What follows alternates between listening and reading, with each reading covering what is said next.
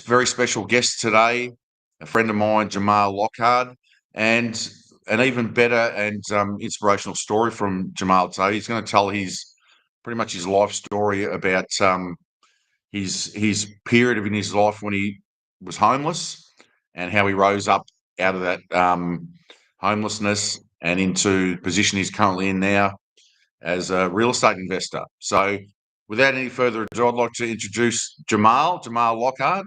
Thanks for coming in, Jamal, and I really appreciate you coming in and sharing your story. Yeah, man, this is my buddy Graham Solomon. We go back over Graham. We go back over 6 years now. Past the pandemic, we go back, and I'm proud to come on the Man Talk show because we've always talked real estate, we've always talked money and things like that, and that's important in life. But what my man Graham doing so far as men's health and male awareness and the things that affect us every day, that's important. So I definitely want to support him as he's always supported me. He's doing a great job. And buckle up now. Y'all gonna hear some stuff. They're gonna get some information that can help you. And I know somebody out there that we're gonna reach today that was in the same situation I was in, and hopefully some of this information can help you climb up out of that hole and into a whole new awareness of who you are. So hope we can do that for you today. Jamal, whereabouts are you at the moment? Are you still in Cleveland, or are you back in I'm in New Jersey. York? I'm in the suburbs of New Jersey, and we got another spot in New York City. You know what I'm saying? So we're doing some things. My wife, 26 years. God bless is with me. That way I can watch my dad, who's 84, and I have some time with my baby brother. I got married in Miami. You know what I'm saying? So I was in Miami like 13 years in Miami. And then, of course, we got to Ohio when things took a turn for me. So it's good to be around family again, but doing my thing in my home state. So it's good to be back home. You know. Mm. And when we had probably the most contact, you were in Cleveland at the time. That's where you were living at the Ohio. time. And I was then, right outside of Cleveland. I was in Lorain, Ohio, about 25 miles out. But yeah, Cleveland pretty much. But I was oh right there yeah, by yeah, Cleveland. yeah, yeah. Yeah. We Mhm. say Cleveland, it's like saying Melbourne for me. The same Same thing. thing. You're a bit, yeah, that's right. Yeah, All right. it Now, sure is. first off the mark, Jamal. I just want you to basically go back to when you're in Miami and Okay. you were going okay and everything, and just tell the audience sort of how things Okay. unfolded and how you become Um, in that situation. wow. It was they say change is swift, but in my case it wasn't as swift, right? I got married in 2003. I met my beautiful wife in 2000. At the time I was working in corrections, Essex County Corrections, and I was also bodyguard for at the time soon to be Mayor Cory Booker, who is now Senator Cory Booker. Bouncing in the nightclub. So I did a lot of physical stuff. My body paid the bills, and I made good money. And I just got tired of it, man. Like I was doing corrections. I never forget. I was outside the laundromat. That's when people went to the laundromat. You know what I'm saying? I'm outside the laundromat, and me and my wife were engaged. She was in Miami, and I was in New Jersey, and we was doing the long distance thing. Right? We met on AOL to show you how far old we go back. We met on America Online. That's how far we go back. So I said, baby, I'm tired of this. I don't want to do this no more. So I told my father, I said, Pop, I'm out of here. I'm going. We had been in the bar for 6 months, me and my wife. So I said, Dad, I'm done. Done that. I'm going down to Florida. I'm gonna get a life with Stephanie. So my dad said, what you need?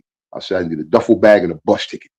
I left my car. I didn't want to do all that back and forth. I came and got the car later, but I jumped on the bus and told her mother I was coming, and that started our Miami thing. But my wife was with the post office for 20 years. So my wife was a clerk at the post office for a long time, but she was making good money. And then I got down there and I already had the security training and the bodyguard training. So I jumped back into that line of work, and we made a good life.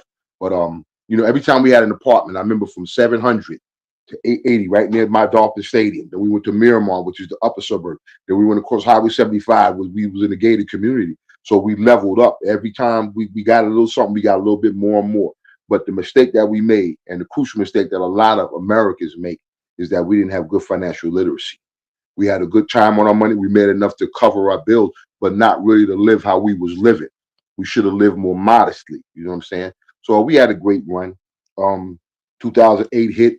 We hit some drama. Not knocking Obama, not knocking the administration, because the administration going to do what they do.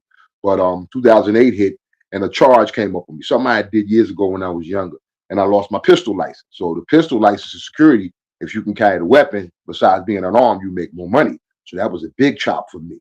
I jumped around. Big shout out to a public supermarket down there. I was working in logistics in Publix. I did some things with Allied Security, so I made the money. I hung around, but for a while, the wife's check was, she was the lion. You know what I'm saying? And I tried to tell men, sometimes the roles will reverse. You know what I'm saying? Now I'm the lion, but back then we was a married couple and we did everything 50-50. We've been together 26 years. You know what I'm saying? But where it turned was 2016, where it turned. We lost everything. We talking about cars getting repoed, people coming knocking on the door about this and that. The homeowners association. That's one thing. When you buy your first house, don't fall into the American dream. That's the American nightmare. Get a property that you can make money off of, and that's another thing for another time. But we was living the American nightmare. Paying over stuff, bills too high. You know what I'm saying? And I never forget it was a Lithuanian lady that came was driving a Lexus. This goes to show where our mentality was. We was driving a Benz. We had a 300 right in the driveway. But what's the point? You got a Benz and you can't pay for it. You know what I'm saying? So we had a messed up thought process with it. And well, you know what? They hit us with the papers, and I was smart enough to short sell it, but I wasn't smart enough to get what it was worth. You know what I'm saying? So I got about 10K out the deal, and we went back to Jersey. Went back to Jersey. That was it in a nutshell, right there, man. You know. So at that period, like you just mentioned, when that starts happening, the momentum starts going the other way. How quick does that happen, Jamal? Is it that quick that you don't get time to actually react Um. properly? You panic. You know what I mean? Yeah, we did, but yes and no. It depends on the level of bills and the things that hit you. It depends on your level in life. Um, we was doing a lot of stupid stuff, and I ain't gonna say stupid stuff, but it seems stupid now. Like the payday loans. You get a loan on your payday, and let's say you need some extra money. But now you paying over on what you borrowed. You know what I'm saying? It's just a predatory system. And we bought in and we did things. I'll use this term. We put a lot of band-aids on bullet where we should have been getting the proper financial knowledge and we should have been getting the proper education on what to do with our money, where to invest. We wasn't on that. We were spenders and not earners. You earn from your job, but your job ain't going to provide a lifestyle that you want because nothing covers the bills you have. A check nowadays, when our parents could pay rent, car note, insurance, whatever they had, mortgage, whatever they had on a paycheck. Everything goes higher in the society, but your pay. You know what I'm saying? So even though my wife had a great job, we had good benefits, blue cross blue shield, all of that, right? And then in 2007, my wife was diagnosed with multiple sclerosis. So that also changed. The physicality of her work changed the body. I was getting older. The things I was doing, I was getting tired of doing stuff with the body, and I wanted to do stuff with the brain. So I would say it depends on your level. Understand payday loans and running up your credit cards and all those things. It may not hit you right then, but it's going to hit you later. When you can't have the savings, you can't have the things that you want to move. You got to get the financial literacy. And I'm telling you, parents, teach it to your kids. Teach your kids about financial literacy, how to save money and how to invest money. Saving money is cool, but if you don't get nothing off the money you save, that's a fool's game too. The wealthy play a different game than us. You know what I'm saying? The grandma tell you, I love nice clothes and luxury. I love that kind of stuff. But I get it in a way where I don't have to pay a bunch of money. You know what I'm saying? So my mindset had to change. And thank God that it did.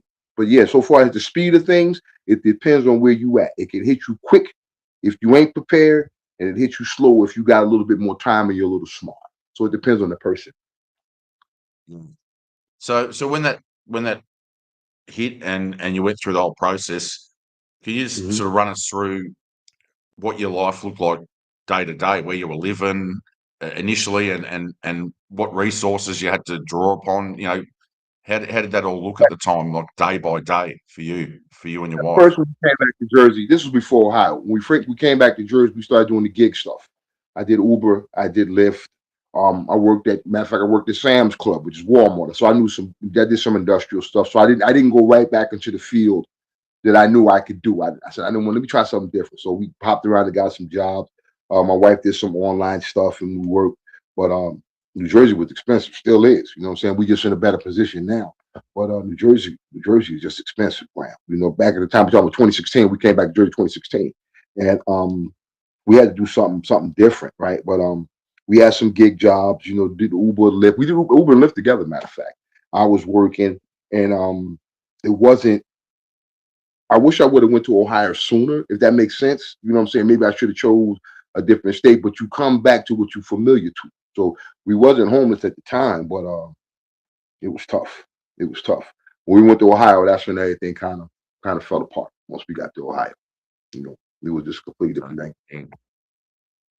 Yeah, well, what we've spoke about this. Do you want to just tell us, just run us through sort of those tough times and like Sure. we've spoke about your mindset, what got you through, what was able to push you through, but Um, yeah, maybe just start off with um all right. yeah, When like you said, okay, day to day. I'll start with the Haven Center, and then we'll go back. When we was really on the street, right? When we was scrambling, what I call scrambling, right? We did the hotel thing. We hotel hop. You know, I was smart. I was street savvy, so I would hustle. You know what I'm saying? Whatever I had to do, get money, and then we do the room thing. But trust me, which so many Americans do, it's not even fun. You know, from the Days Inn to the Sycamore retreat to the Motel 6 to the, I remember all of them, to the Best West. Right? So they have a system where you could work and pay, right? So I was working and I was paying. Sorry about that, man. I was working and I was paying at the same time. So down, right? But this time, sometime that money came short, right? So we was in Illyria, and it was a Days Inn, and it was another spot called the Camelot Inn, right? And they were pretty much what you call welfare hotels. People that got a little money, they pay weekly and they stay there. It's a room, it ain't the best, but you got a place to lay your head, right? So that's what we was doing. Me and my wife and my little dog, right? So it's me, my wife, and my dog. So we all together. Um, I always grind. So that was solid for me when I was working. You know what I'm saying? I worked at Diamond Products. I was a steel grinder. I worked at Chemical on Ford Auto Parts. I worked at Rydell putting the drills in football helmets. Whatever I could do, right? Whatever I could do. But you got to remember, I'm not a young man. I'm in my mid 40s now. I'm in my mid, so the body is changing. I can't, I went as hard as I could, but when we fell, we fell. So we hotel hopped, and then when the money went, we was on the street, right? So what we did was I started doing the thing day by day, right? Where I could hustle up a room day by day instead of doing. In my network, trust me, people that I do business with now was some of the best angels in my life. I ain't gonna name them because y'all know who y'all are. You know what I'm saying? That would send me money. Hey, Jamal, you need something. Graham, they really looked. I don't want to get emotional. They really looked out for me, man. They really looked out for us and my family. Big Elizabeth Blaine, Wendy Donovan, I'll name them. Wendy Donovan Prime was so many people, man, that helped us, man. And they believed in me because that was in the time I got my thought process about building the business. But I'll skip back. So we hotel hopping, and I'll never forget it. It was January 7th, right? New Year was 2018, right? So New Year come in, and it was a place called the Illyria Mall. Me and my wife and my little dog, one place we can go where they take all three of us. And in the mall, they had a spot where you could like sit on the couches and drink coffee and stuff, right?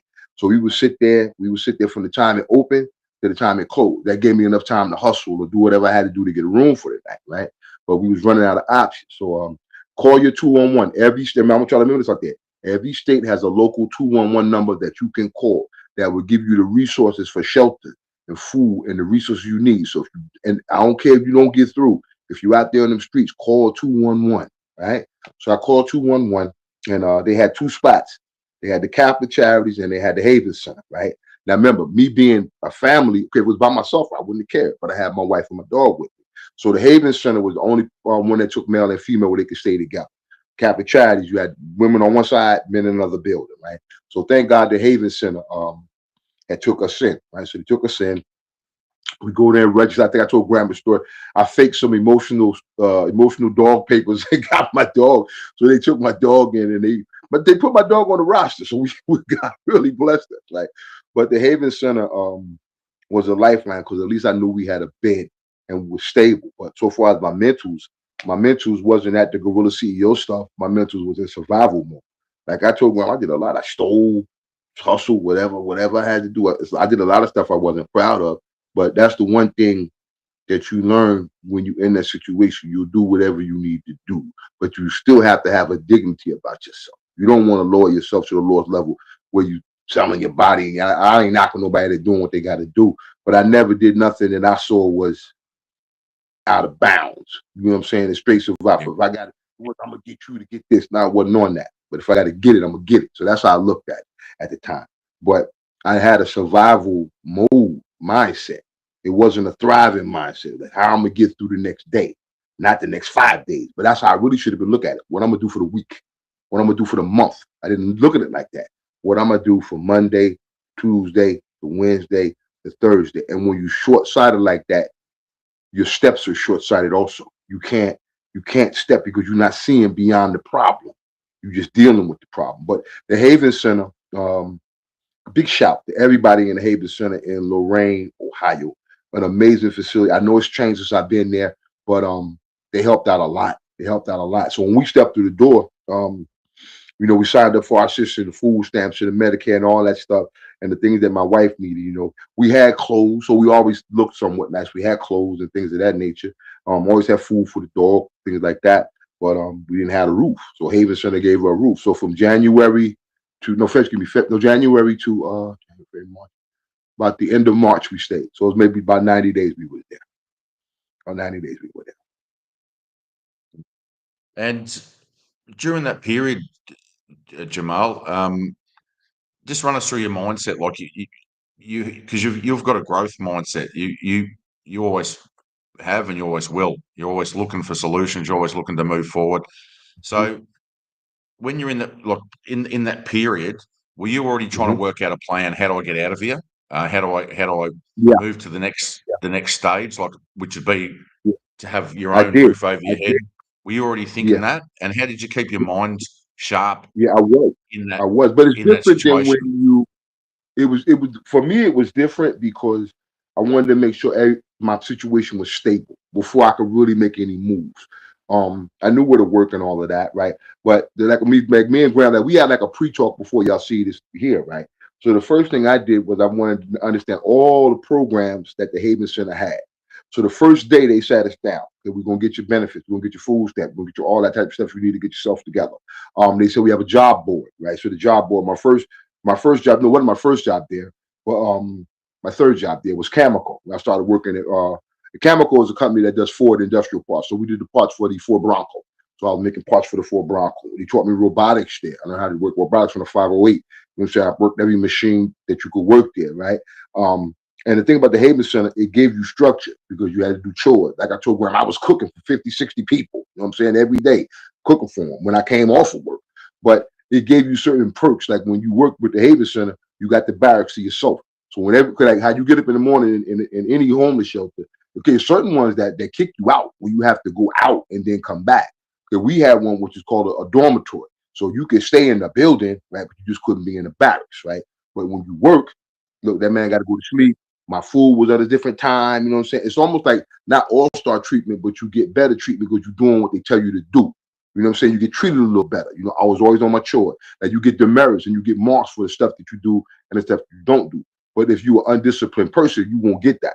So I was already I don't clean up after myself. I know how to cook for myself. That's no problem. I got to do it here. It's the same thing. So what I tell everybody, the people that I do, and I talk to a lot of people about this. If you do go to the homeless shelters, obey the rules. You may not like the situation. You may not like what they're doing, but it's better than being on the street. And now in America, they actually in Utah, they got concentration camps for homeless people where they telling you it's illegal to be homeless. You know what I'm saying? So you better get it through your head. When you go into these places, don't be ungrateful. Yes, the situation can make you angry. The situation can have you in a spirit that's messed up. You know what I'm saying? But you got to put that pride to the side. You can still have your personal pride, but you got to put that pride to the side and understand these people are here to help me. They're here to help me. And remember, it's not just me. It's me and my wife and my dog. I told Graham, okay, back to what you was talking about, my mind state. The first part of my mind state was to let everybody know I'm not to be messed with. That was my first thing. So I told you the story. It was a big steel door that was off to the side right near the kitchen. And I'm a box. You see the knuckles. My hands is devastated. Right? So my wife is sitting at the table, my dog under the table, and I get up and I pop, pop, pop, pop, and I steel door, solid steel, and I racked the door, right? And I did that not as a threat, but to let people know, don't bother me, don't bother my wife, don't. That's that. No, I'm not the one for that. You know what I'm saying? So I if you want to say pissed on my territory, yeah, I pissed on my territory. So I let people, but in that, it worked in certain ways, and it kept the people that I didn't want to be around away from me, right? In a shelter, you have to be very protective. Trust me, I met some good guys. I loved a lot of them, with Jackson and Major, and we had a guy named Candy Tim that was an amputee that stayed with us, and Joe, he was a hoarder. I never knew how you be a hoarder in the shelter. This guy kept everything he ever had. The guy was in the shelter with a scuba suit. What the hell you need a scuba suit? You know what I'm saying? Everything he would collect, he was, but they were surviving day to day.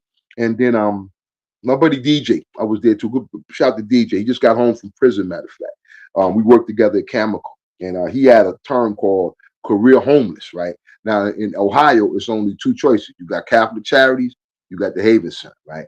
But I noticed people in my short time, they would go back and forth. They would go to the Haven Center, they would go to Catholic. So they constantly going back and forth and shifting and changing and coming back and forth, right?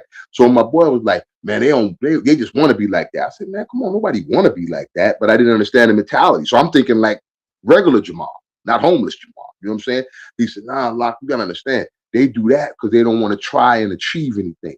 So homelessness can beat people down so badly, they accept what you throw at them.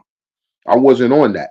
The Gorilla CEO and the Gorillapreneur was born in the Haven Center. My mindset changed in the Haven Center.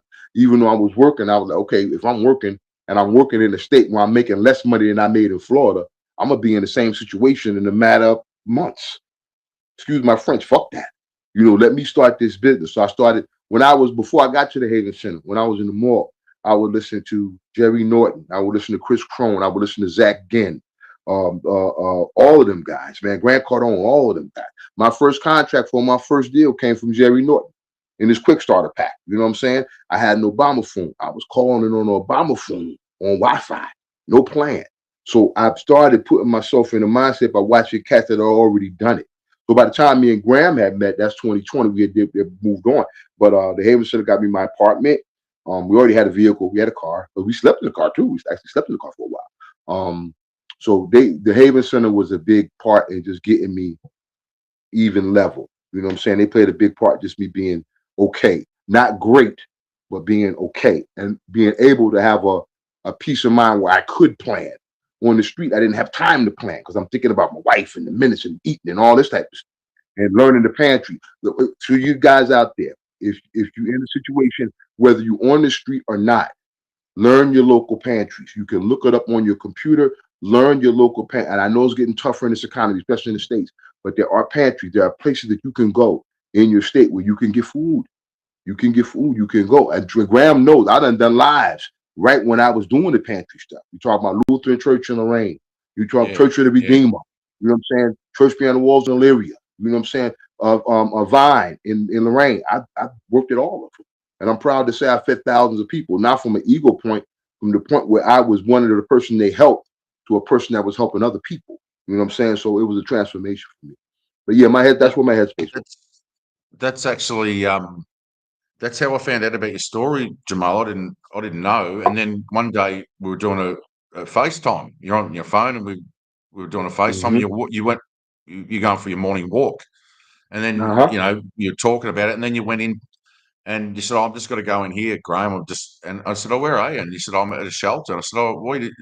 And you told me the story and how Mm-hmm. you were going back to help out. You were one of the people Mm-hmm. going to help because you'd been in Mm-hmm. that situation and you wanted to give back to the people You that have to. helped you. And that was when I first Mm-hmm. found out your story. And prior to Mm-hmm. that, look, some of the stuff you just said for the people that didn't understand it with Jerry Norton and all that, that's real estate, Mm-hmm. US real estate and wholesaling and stuff like that. So Jamal, while he was coming up and rising up out of his situation, he was already getting content and learning about how he could get into real estate and how that could get him out of where he was. So that's what I Mm-hmm. was talking about with the growth mindset. And obviously, you got into the real estate, and that's where we had a connection, and we're in a few groups together. And but I didn't Mm-hmm. know the story until you told me, and I was just like, wow, I didn't know that. And Yeah, man. Mm-hmm. it's for me, it's an inspirational story because at no time, like you said, when you were there, at no time did you ever give up. You said you had some Nobody hard knew. times. Nobody You knew. wouldn't give up. Mm-hmm. You're a man with a plan. Like you said, you had your wife to take care of. You had to make sure you took Mm-hmm. care of her. You had a lot going on. But the Mm-hmm. thing that you've told me is you kept your mind sharp and you kept your sanity and you did little stuff, little things with your wife to Mm-hmm. to normal things just to keep yourself sharp mentally. So Yeah, you have to, man. You have to. You have to. The one thing I Yeah, always try to say, that we hear this term not a lot, is a semblance of normalcy, right? No matter what the situation was. I told Graham this the other day. I never missed a Thanksgiving. I never missed her birthday. I never missed a Christmas dinner. Even when we was in a hotel, I would use a microwave, go get some fried chicken or get some Swanson cut turkey, and I make stuff it in the microwave. I mean, I wanted to. I never let myself, that's the word I'm looking for. I never let myself separate from what I felt was being normal. You know what I'm saying? That no matter what the situation is, me and you gonna sit, me, my wife, and this little dog gonna sit and have a Christmas dinner. I'm gonna make sure I got a cake and a bottle of wine for your birthday. I don't care if I had to buy it because I've had to steal it. I didn't care. Because to me, those things where you can plug in and just have a minute and say, you know what I mean? Where you can just sit and breathe and enjoy your wife and kiss your wife and pet and play with the dog and I made sure my dog had snacks and food, whatever I had to do, right? So I try to tell people, and I think it's much tougher now since the services are being cut and things of that nature. Um, I studied it, Graham. I studied it. Okay, where can I go to get this program? Where can I go to get the food? Where can I go to get the clothes? Right. And I think when you in that situation, and don't get me wrong, a lot of these homeless people, they know where everything is. They know where the guys that been in this situation, I say for years. And listen, I want y'all to listen to me on that. You got people that been on these streets for years. For me, it was a couple of months. You got people that been on them streets for over a decade. I, I bumped with them. I'm telling y'all, men and women, that this is their life. This is their life. It was a guy named what was his name? His name was Raheem. Raheem. He's a big guy, and he had some problems going on with him. I don't want to call him, nothing bad, but let's say he had some mental problems, right? And he would come by the pantry and he would pick up food, right? And it was a lady working with us named Miss Rose, right? And he would bend his face over the plate, like I'm like my head going down, and everybody thought that was so nasty, right? And a couple of times I was like, "Yo, man, other people got to eat." He would bend like that because he couldn't see. He didn't have no glasses. So the things that we take for granted, right? That you got a pair of glasses and you got a roof and you got a pair of shoes to put on your feet. You know what I'm saying? The things that we take for granted every day, it's millions of people out here, right? That's living with the bare minimum.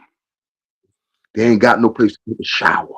They ain't got no place to go and get something to eat, right? And that's why you got to be smart. Now, trust me, the guys that I watched, they knew where to go. Hey, man, what you call it, having a lunch about noon? I'm about to go ahead to cafeteria. They're giving away food at noon. Over here, Lutheran got the pantry. Try to be there at 5 in the morning, be online. So some guys, they make it their business to know how to make survival easier, but yet they still not evolving until that state where they want to get out of it. So they evolve on a level. Okay, I know where everything I need is, but I'm not going to the place I want to be. That just shows you the mental. This can break you down. This being homeless can break you down to your very last compound. And I don't care what you think you are, middle class, wealthy, or whatever. It's a lot of people that's listening to us right now that's one check away from being what millions of people are in. So don't ever be too proud. And thank your creator upstairs for the blessings that you got. Because a lot of people don't got them. You're 100. absolutely. Yeah, well said, Jamal. Because this is the thing, we take everything for granted till it's not there, until you're humbled, and all of a sudden you're like in a situation. And like you said earlier when we started, this can come really quickly, where you don't even get a chance to actually think. And in our current situation, in our West, like both of our countries, our Western culture, and that at the moment, there's a lot of homeless people. Like Mm-hmm. you go to California, you go up to San Francisco. There's whole cities of people that are homeless. It's Mm-hmm. here in Sydney. I went to Sydney a few years ago, and there's just homeless people right in the middle of the city, everywhere. Melbourne's the same. They got cities. It's a huge problem, and that's just because that's where things are tight. Things economically are tight, and that's when things can happen really quickly. And next thing, like you said, one paycheck away. Next thing, Gone. things are repossessed. Gone. You've moved on out of your house, Mm-hmm. and I can just tell you, I know this for a fact. Um, where I live, I was talking to someone that works in this area, and I said, "Oh, what's the situation with where does this person go?" And they said, "Oh, they can go to Anglicare. That's the only place in town that does things." I said, "Oh, have they got crisis accommodation?" And he said to me, Hmm. "No, we give you a tent or a swag." I said, "What do you mean? What's the go with that?" And he said, "We give you that, and you've got to go and sleep out in the bush, or and that's all they can Hmm. offer." So Yeah, services are yeah. strained at the moment. I mean, you've got Hmm. to go out.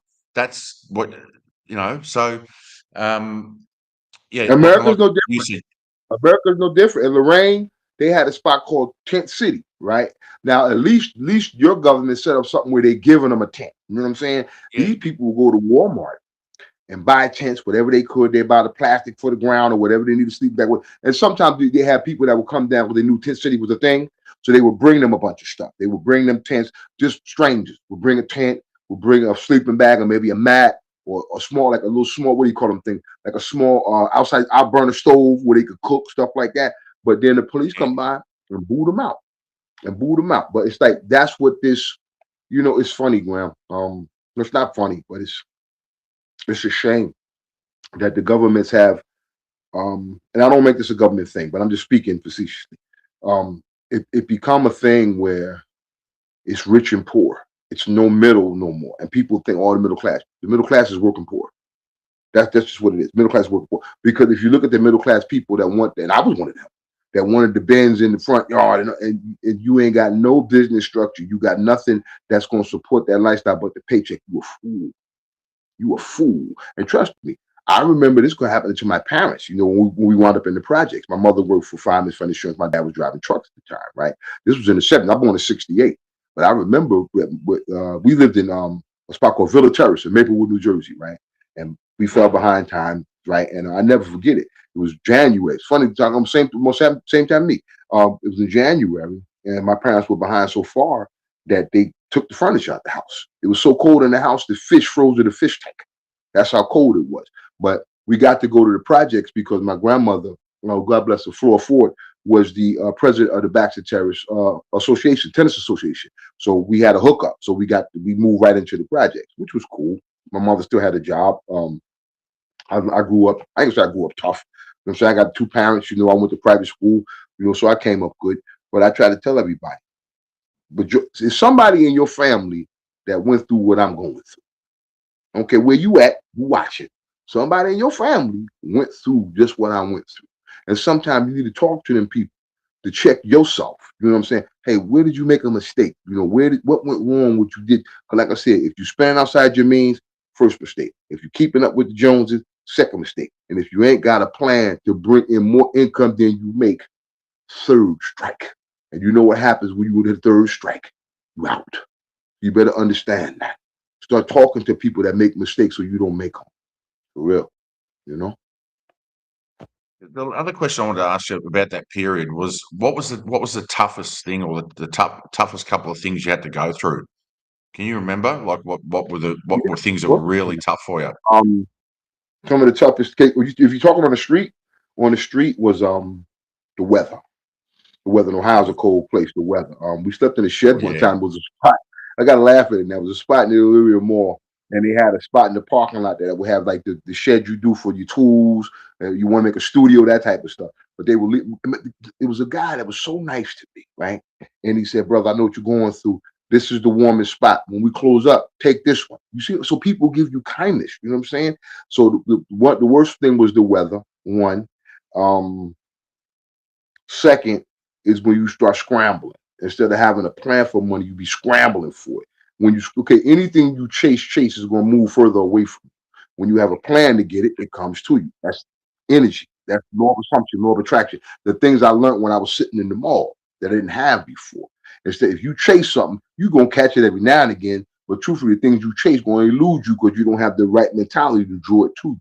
When I started changing my thinking, a lot of things started happening. So when I was in the mall, right, I think you know what it was when I was in the mall, Graham. I think people saw me striving for something. They saw me reading. They saw me coming from the library with books. They saw me on my phone making deals over the phone. You know what I'm saying? Just trying to get an assignment fee. So when people feel your energy and see your energy, they draw to you. Like I remember I told you a story about the lady that gave me the wallet. I ain't never wallet at the time. Lost my wallet throughout the years. Gave me a wallet. I had my ID, my money all in a rubber band in my pocket. You know what I'm saying? Lady gave me a wallet. You know what I'm saying? So it has stripped us down. I'll give you an example. My wife was tough to watch my wife go through. She would have these bags, right? I don't want to call her a bag lady, but that's what she was. She would everything we had. She would put, baby, why are you carrying all that stuff? And sometimes the hotel said, hey man, I'm gonna have that money to get this room by the night. Hold this. Yeah, sure, Mr. Locker. We're gonna see you leave it here. No, my wife would take everything just to she had lost so much, she wasn't gonna lose anything else. And I never understood that. I never got it. But it's everything changed. This homeless situation, it'll change you at your core. And that I would say that's the roughest part to get back when you change at your core and the things that you thought were you and solidify you aren't you anymore because the money isn't there to keep that essence of being what you think you were. You know what I'm saying? So, yeah, the weather, your mentality, going from just looking for one day to looking for the future, and like a lot of homeless people, they billions of them. No, I will correct that. They live hour to hour. Think about that. When you can't worry about going from 12, 6 to noon, and noon to 6 for supper, and then 9 to 10 laying down. You gotta survive every hour to hour to hour. Where you gonna go? Then, like I told you about the library thing, this was the great people really thought I was like, a millionaire before I even got there. You know what I'm saying? They really believed that because I created that impression. I don't want to call fake it till you make it. I prepared till I got there.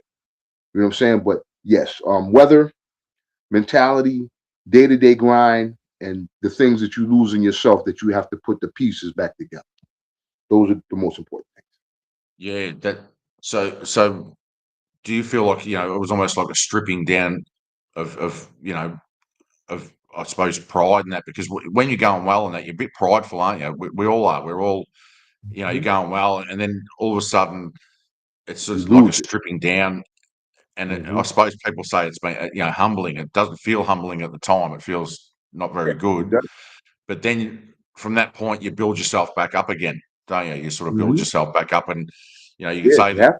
you and your wife built you were building a new reality for yourself. So, but that's Hmm. still that period that you're talking about was hard. That was hard to do. It It was was. hard to It's accept. incredibly hard. It's incredibly hard, bro. The thing that I learned with Stephanie was I chose well when my wife said she wow, I chose well, man. You know what I'm saying? When Mm. it come to her, God, man, I chose well, bro. The thing for me was she stuck through everything with me, Graham. You know, with MS, she uh she had to go to the hospital one time. That was right before we came back to New Jersey and things really turned around for us when we got back up on track. She had to go to the hospital. She had this wooden cane, right? And me and the dog used to sleep on the step that was across from the library. And, a good friend cooked me. I wasn't out there too long. A good friend took me in a couple of days later before we got to the center. And I'm a martial artist. I'm a pretty good fighter. Second dan black belt in jiu-jitsu and karate. And I would hear my sensei in my head because I was so worried about her, right? And say, Jamal, just stay balanced, right?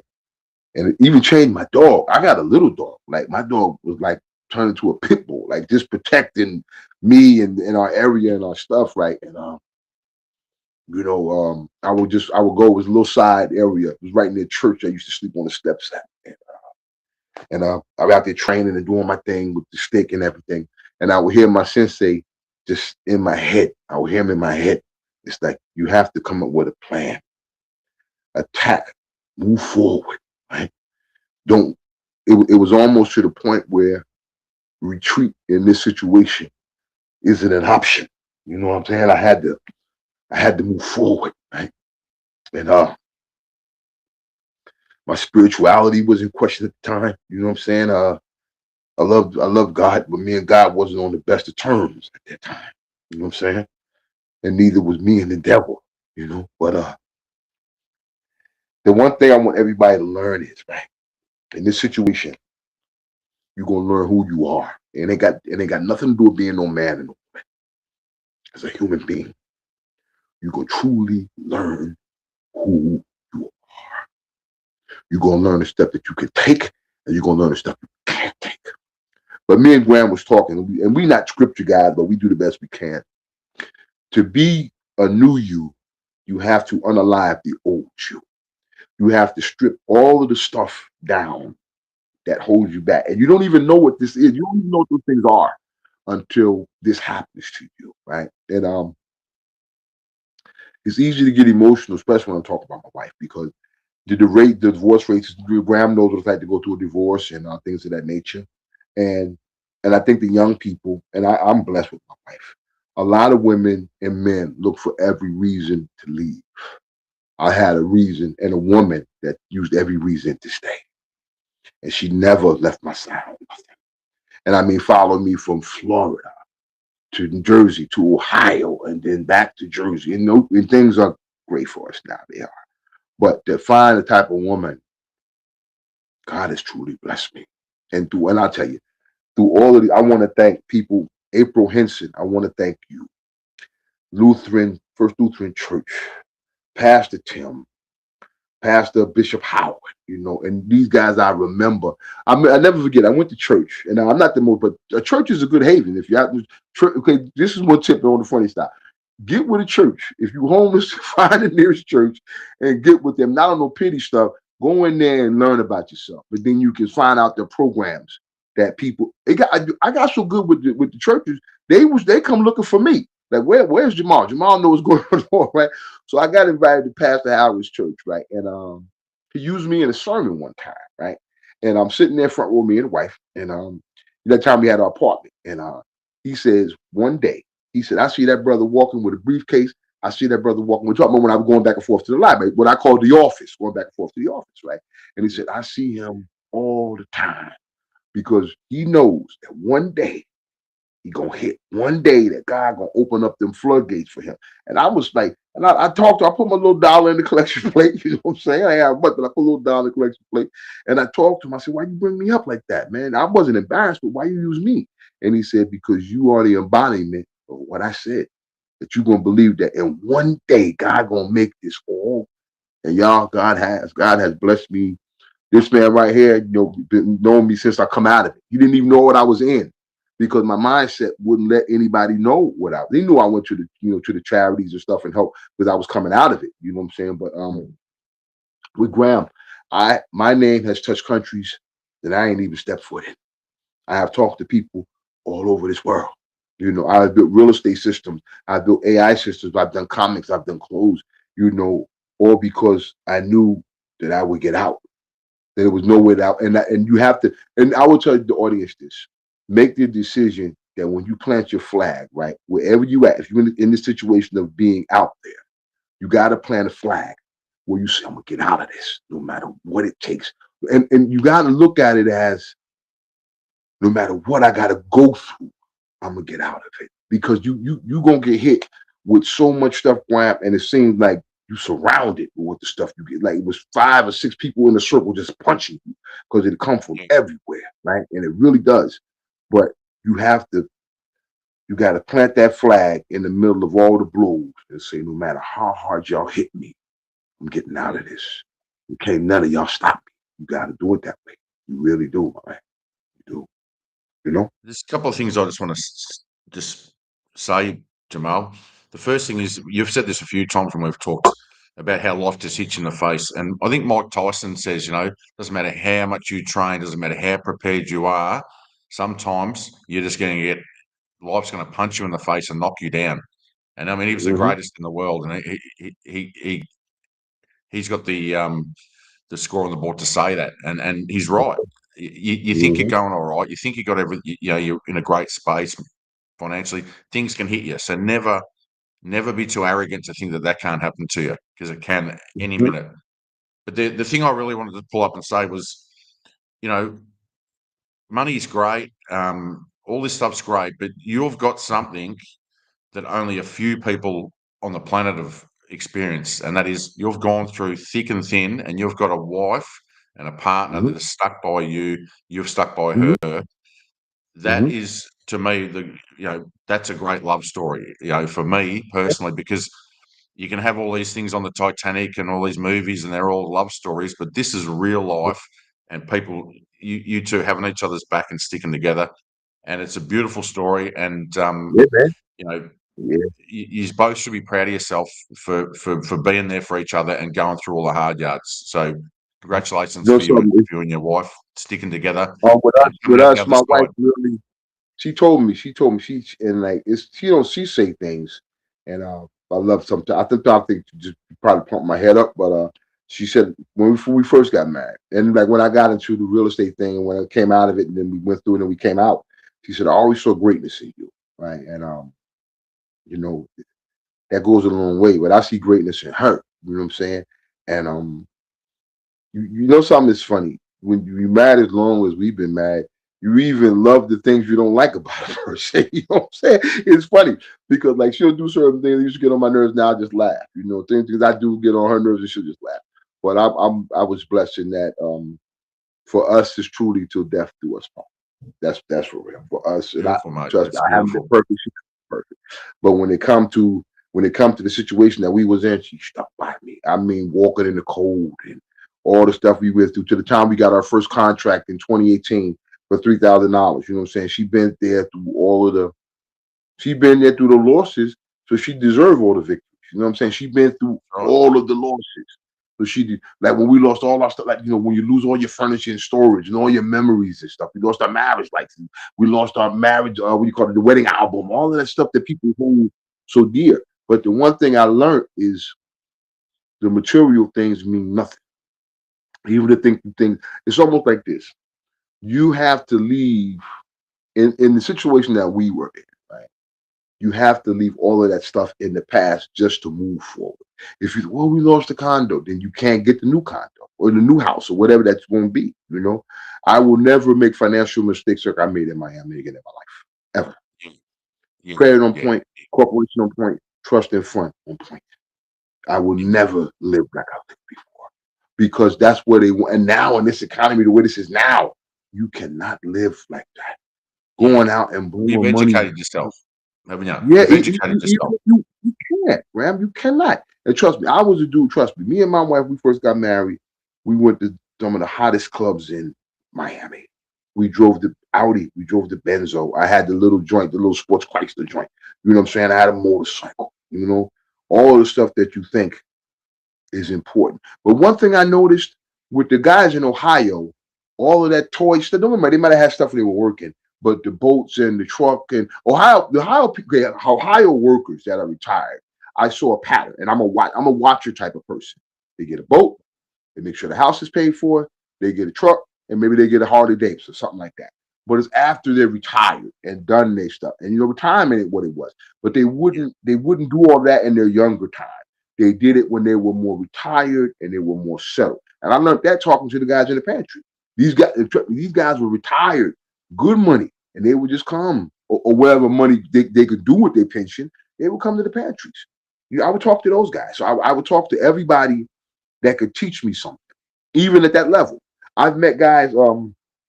I've met a few guys when I was going to the realtor meetings in Ohio, right? So what I would do, I had 3 suits. I did a Steve Harvey thing. I had a brown suit, black suit, blue suit. You can switch them up. That way you can have different outfits, right? I did every I did every landlord meeting in my county that was walking distance. All of them. So I'm 5, 10 miles. I walk it. I didn't care. I walk it. I would go, right? And for some reason, people, man, that's that guy. Does he walk? Yeah, he walks. And they saw my hunger with it. So that's how I started getting with Judy West, with Mike Zamek I was telling you about. I made connections with them because they saw me. And I was okay. My situation, my living situation was better, right? But I told you, my car got reported in a car, I bus, and I walk. I wanted it. I ain't gonna say I wanted it more than anybody else. I wanted it for me, and I wanted it for Stephanie. So my thing is, I ain't care where the fuck it was. Excuse my language. I'm going. I ain't care where it was. It was in Cleveland. I'm gonna jump on this bus. I'm gonna jump on this, but I'm gonna walk. You know what I'm saying? It was okay. Lorraine bus system is like a shuttle bus. They don't have like a bus where you pay the money, but it's only for a certain time, from 5 a.m. to 5 p.m. I did not care.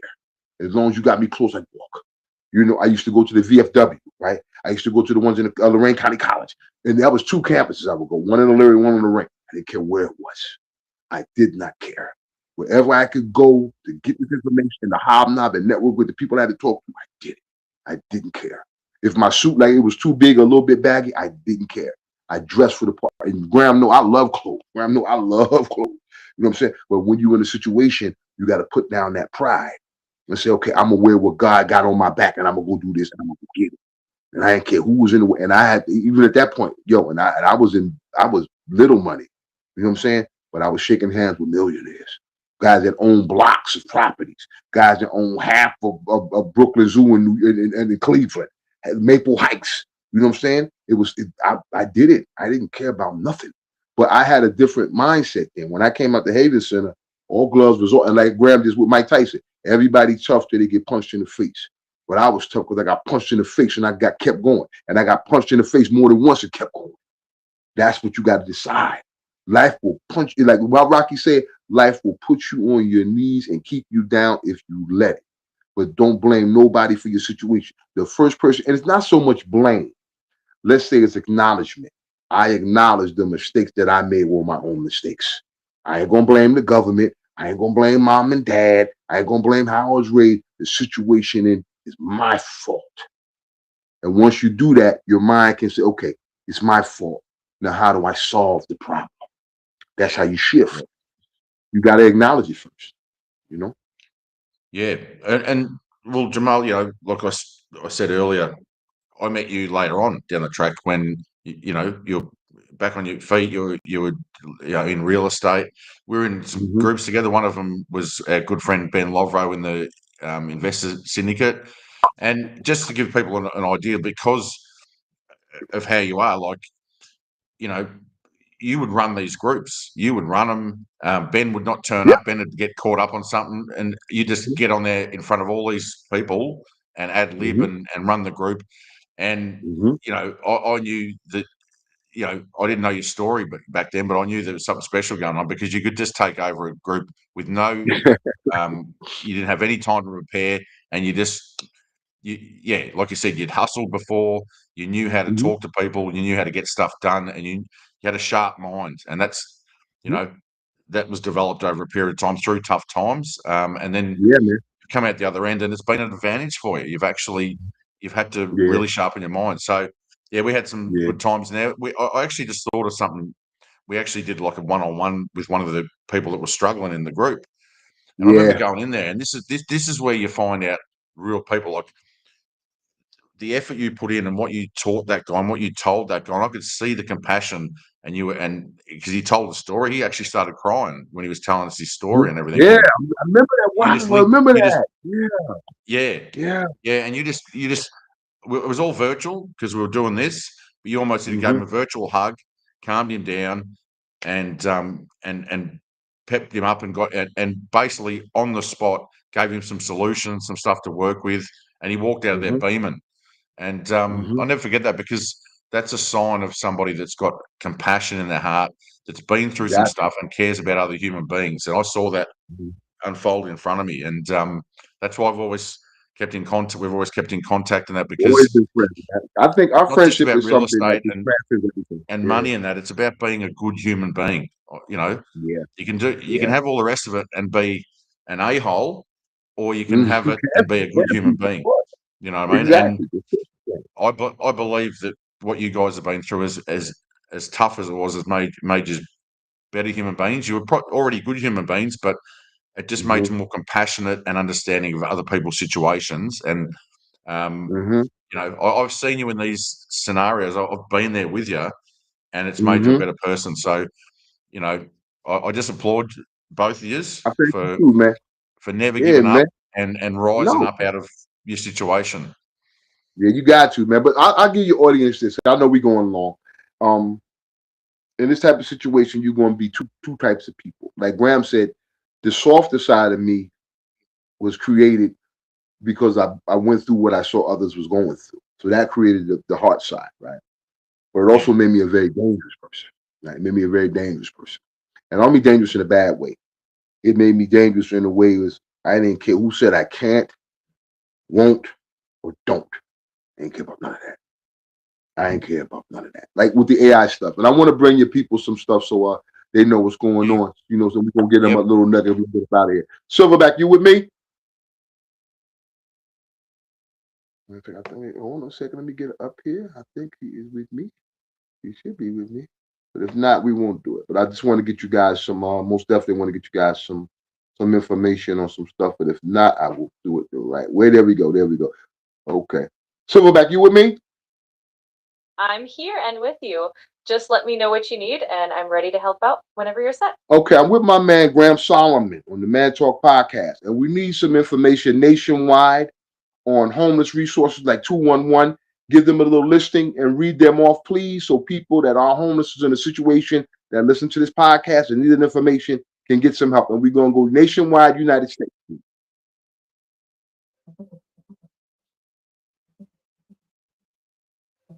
Absolutely. For anyone in need, dial 211. It's a free confidential service available 24/7 across most of the US and connects you to local resources like emergency shelter, food, and healthcare. Just provide your zip code and you'll get the help you need. If you're a veteran, there's also a dedicated hotline at 1-877-48-VET. Thank you, Silverback. And it's much more. But like I was telling Graham in our pre-talk, and that's a skill I developed. I became an AI whiz. It's another skill I developed, and nobody taught me. I learned this AI stuff all by myself. You know what I'm saying? Yeah. So whatever your mind can conceive, hear the word, whatever your mind can conceive, you can literally achieve. Thoughts are things. Think what you want. Say it. Tell yourself, I ain't gonna be like this. I'm gonna get out of this situation. If you don't believe it, I ain't gonna believe it. Ain't nobody else gonna believe it. But more importantly, the energy that you need to get out ain't gonna believe it either. And it'll leave you right where you at. Trust and believe. I know if anybody knows, Jamal Lockhart knows what it's like to be out there. And I know what it tears you apart. And I think wow. After that, I think I was gonna get this emotional with. But when men, we want to be so tough and so strong, and there's nothing wrong with that. Men should be tough and strong, right? But there's a time where your spirit and your emotions collapse in on you like a black hole. I'm telling y'all, it collapses in on you where you hear. You ever hear like what they say when you hear your thoughts inside your own head? You ain't talking, but you hearing yourself. And then you think, am I going crazy? It's because you didn't know how to adapt to this situation. And change is swift. I'm telling y'all, especially in this economy, especially in this, let's say in this situation we are in our countries that aren't looking out for the people like they used to. At least at least I did it in a time where they were looking out for us. You know what I'm saying? Where we can call the 211, we can call the people that we needed to do what we need to do. A lot of you guys can't do that now. So you got to have a plan. Stock your food up, stock your water up, the things that you need in case things go wrong. Because homeless only comes from when you lose what? Your home. You know what I'm saying? It only happens when you lose your home, when you lose your income and a way to make money. So you got to think of ways. How can I make money in this economy in this time? What things I can do? And it's like Graham said, it's not all about money. Money is just a defense that's going to help you with the things in life that they throw at you, right? But you got to get a plan. You got to get a system. You got to get things that will help you past your current level. Let's put it that way, because everybody got levels. If you at this, you want to get to here. If you're here, you want to get to here. And whatever your level that you cool at. Some people are happy where they are. And some of the happiest people, and I'll close on this, buddy. I've seen some people that were homeless, and I didn't get it at first, right? I didn't understand it. That they were happy in the situation. It's like, I ain't got to worry about no government. I ain't got to worry about no people coming after me. And I think, when you see that, that sounds crazy to a person, right? But remember, everybody got their own reality, and their reality may not match yours. But it doesn't make their reality any less. It doesn't make their reality, because the things that they've been through has shaped that reality. Just like the things I've been through and Graham has been through has shaped our reality. But the one thing I say is, when you walk past somebody, right, and you may think I'm crazy, but if you got a couple of dollars in your pocket, right, and you see that cup shaking, don't worry about what he gonna go buy with it or what she gonna go buy with it. Just last week, I went to Aldi's, right? It was a lady standing outside, might have been a Punjabi lady or an Indian lady, right? And she had a sign, right? And she said, I said, what you need? And she said, just some meat and some potatoes. And I went and bought it. I was shopping anyway, and I went and bought it, right? Because I don't care if that's a hustle all day. The energy that I did that with will be returned to me in a way that I don't know nothing about. So don't do it for the fact that you want to be big and you help somebody. Do it for the fact that you know the energy you passed on to that person will be passed back to you tenfold at some time in your life. And understand everybody needs a little helping hand. And don't talk down to nobody, because that person you talk down to may rise higher than you. And then you're going to be in a situation where somebody is talking down to you. And that's not cool. But on that note, Graham, thank you for letting me come through, man. And I appreciate it. Great stuff, Jamal. Thanks for coming in and sharing your story. Always, and thanks for getting the AI to do those services, those numbers, especially in the United States. That's great. Yes, All right, man. sir. I appreciate you sharing your story, and Yeah, man. it's good that you got emotional, because so you should. You know, it's Yeah. It's tough, man. it It's was tough a to go back. life-changing experience for you, and great to see you, kicking goals now. And We got to get him back up. I got to get my man over to New York. My man want the sneakers. He want the chain. He want everything. So I got to get my man over Yeah. to New York. So he can Yeah, come well, and I've got to see get me. over there so I can get some good threads off But you. yo, Yeah, follow the but show, y'all. Follow the guy. Spread it to other men that need to hear stuff, because yeah, look, it ain't about no Kevin Samuel stuff and all this manosphere and womanosphere stuff. It ain't about that. yeah, At times, men need to sit down and talk to each other and understand we deal with problems, we deal with issues, and then what a man is supposed to be, right? If you ain't right, how you gonna get to what you're supposed to be? You gotta be right and centered and aligned to get what you're supposed to be, or be who you're supposed to be. This man is trying to help in that. And any way I can help, I got his back. So Graham, my brother, I love you. no, You good know to that. see you again, brother. Appreciate you And coming Brent, on. I know you Take it watching Brent. easy I'm gonna and knock you out. go and spend some time with that beautiful wife of yours. Yes, That's brother. Yes, a brother. beautiful story. So, all right, Thank guys, you, we're man. going to check out. Thanks, Jamal, and No problem. priceless information in here. So just watch it and learn. All right, mate. We'll see you later. Yes, brother. Thank you.